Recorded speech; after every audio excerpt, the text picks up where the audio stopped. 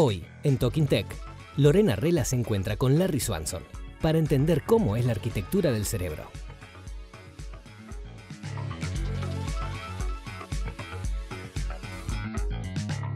Larry, we're very happy to have you here in Buenos Aires for the neuroscience meeting. And when you gave your talk, I noticed that you addressed it to young students in the audience. And I really loved it because you explained what motivated you to pursue a career in neuroscience and also in connectomics. So we are going to go in more detail about connectomics, but tell us the essentials so we understand what motivated you to go into that field.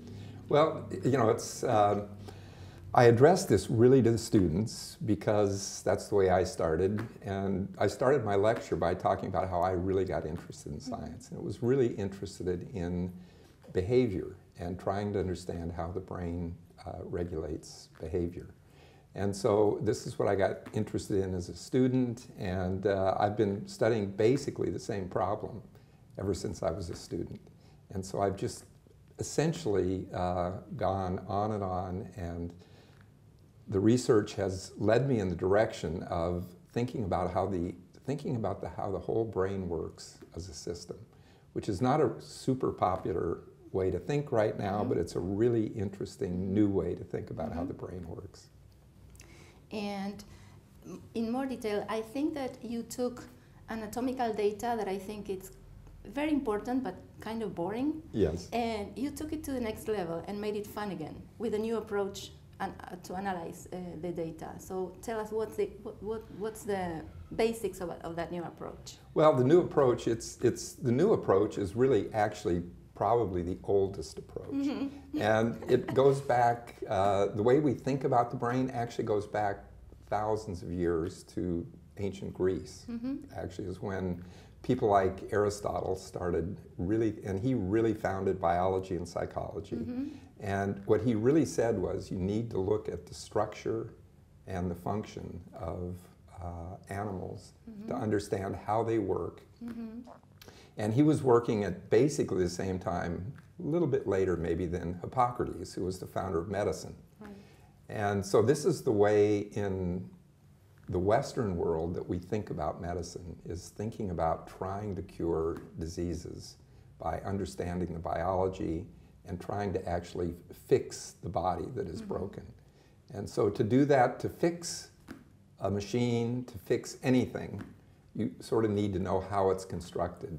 You need a plan, you need a wiring diagram. If you're an architect, you need basic architectural drawings to understand how a building is built. And so we think really about biology and the brain and the body in pretty much the same way. We need blueprints. We need wiring diagrams. We need really to understand how it works so that we can fix it. And a big part of that is just understanding what the parts are. It's a lot like geography. Actually, it's basically mapping. Yeah, okay. Exactly. But then it's not just how you need to know how it's connected, right? Yes. So you need to analyze how the parts are connected with network analysis. And you know, the best way to explain it probably, to think about it, is like your GPS. And if you're going to go, let's say from Buenos Aires to Córdoba, and you're going to drive your car, you'll probably get your GPS, or you'll ask Google Maps, or you'll ask something, how do I get from A to B? What roads do I take? How do I get there? I see. And if the map is wrong, you're going to end up going to the wrong place. So it's really important actually to have accurate maps. And you know, this was the whole thing with exploration in the 14th, 15th, 16th centuries. People went in their ships and they went out and they explored, and as they went they made maps so that people could then follow them. You know? But you needed a compass, you needed a map. And so we're really trying to do the same thing for the brain. Right, so I like the analogy of these networks like Google Maps for the brain. So when you think of a Google map, this is a question, how do I go from here to there? But if you think about how using the map of the brain, what would be the question? one of the questions at least. Well, the thing is that there are actually over 1,000 different diseases that affect the brain. You know, people, it's almost endless, actually, but everything from stroke to epilepsy, Alzheimer's disease, every single one of these affects a different part of the brain. And we have cures for almost none of these diseases that affect the brain. And the reason for that is because these diseases are affecting the network of the brain, each one in a different way. And it's a complicated network that we don't understand yet. So in order to cure a disease like Alzheimer's, or let's say something horrible like schizophrenia or depression, we need to understand the map of the brain to understand where we should target our research to figure out what's going wrong, and then to figure out which drugs, which therapies could actually affect that part of the brain. I see the similarity then. For computer networks, we know how they are wired, and now we want to understand the dynamics of that.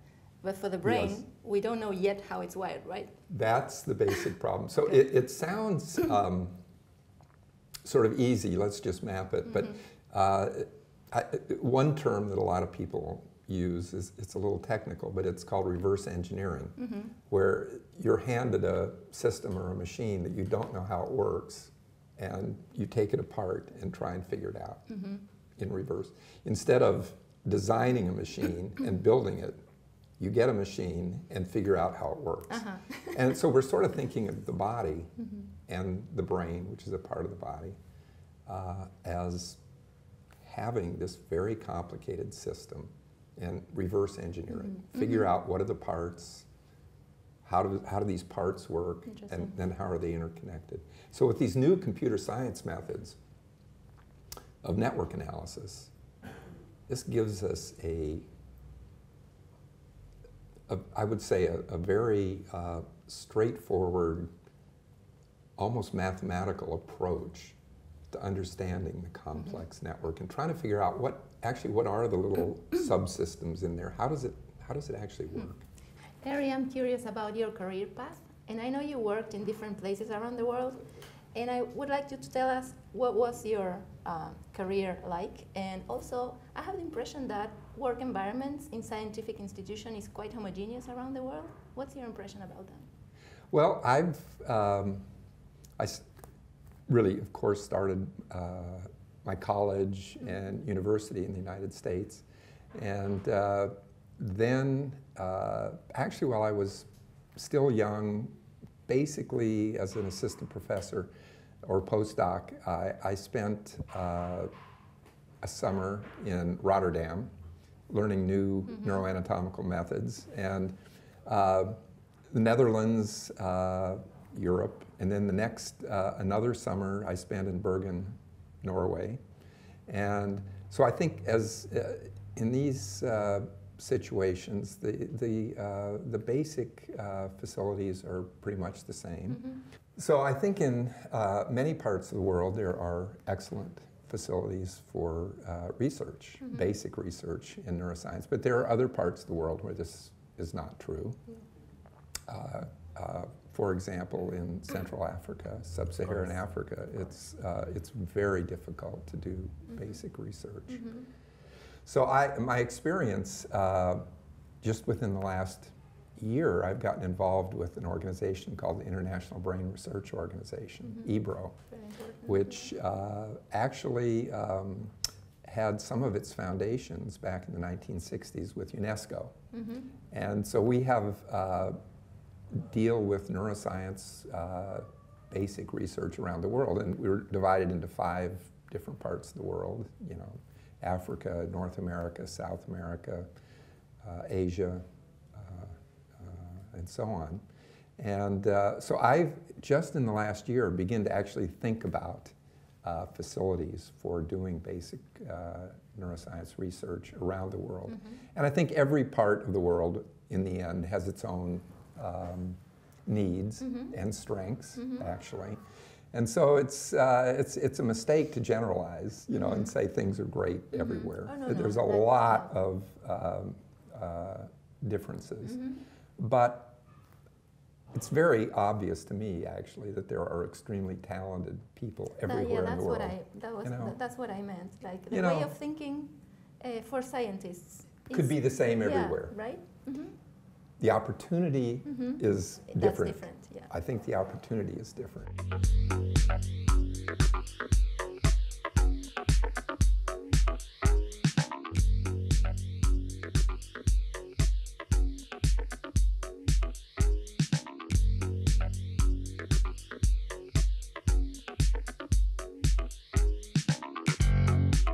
Larry, you were saying that we have this static picture about the brain connectome and we need to animate it.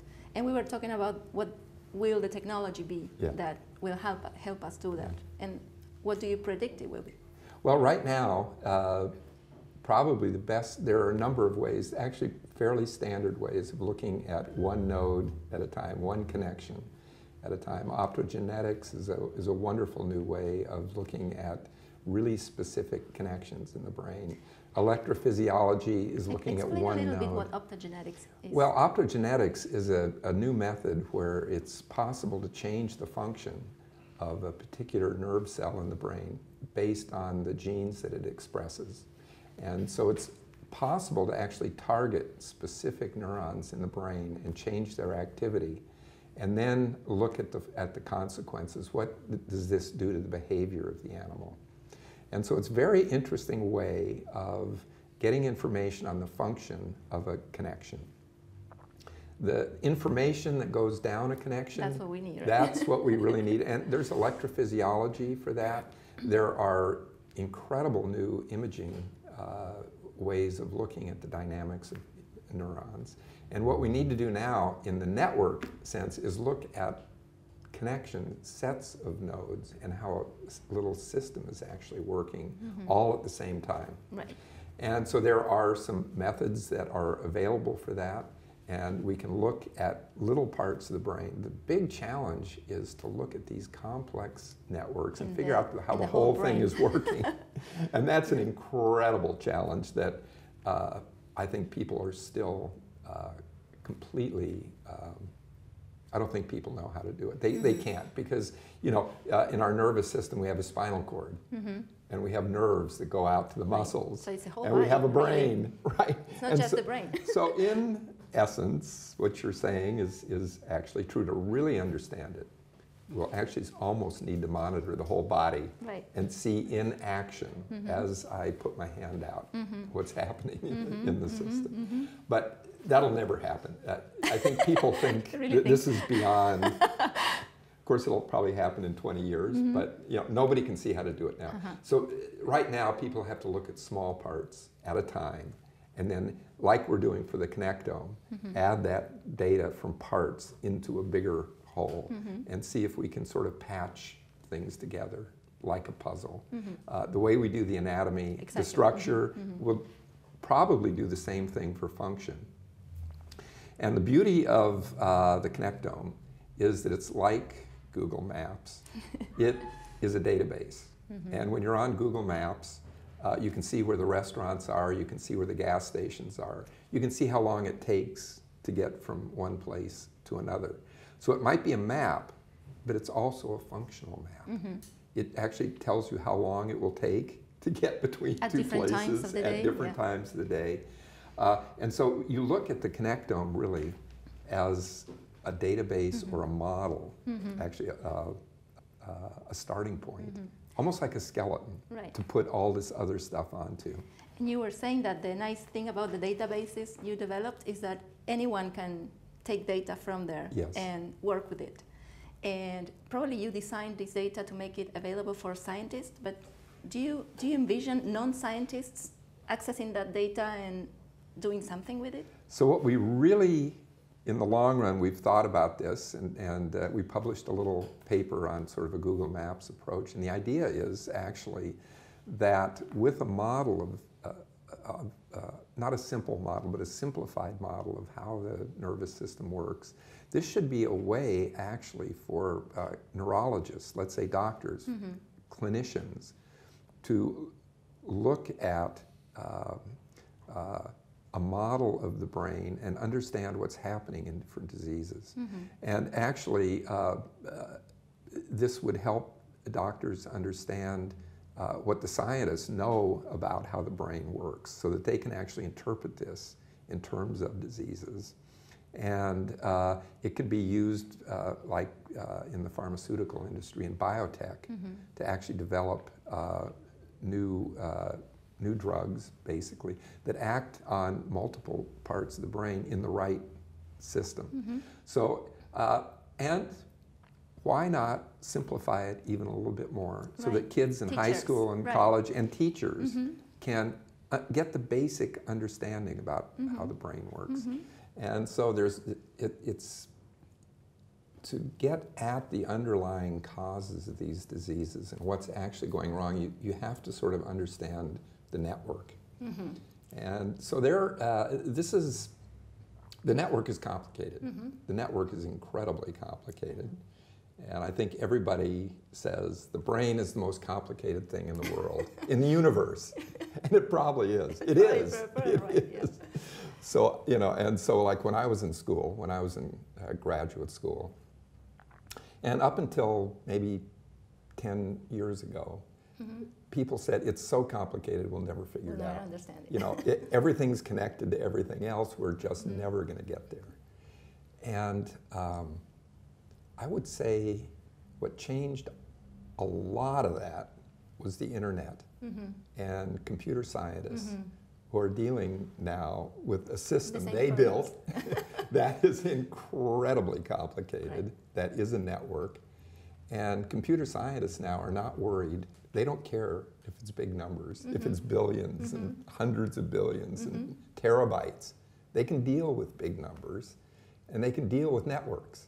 And on the same line of thought, there is a tendency to use neuro for many things, like neuroeconomics, neuro-training, coaching of emotions. And do you think that there is a risk in making this database available for emergent neuro-something uses that are not really neuroscience?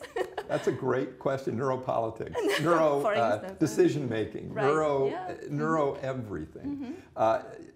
Neuroscience has just become incredibly interesting, but at the same time, there's a lot of, you know, popular interpretation that is really not based on the actual data.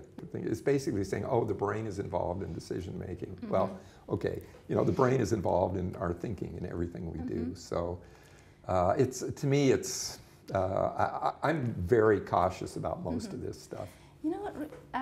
Let me tell you a story. I attended a talk of Rodrigo Kian Quiroga once.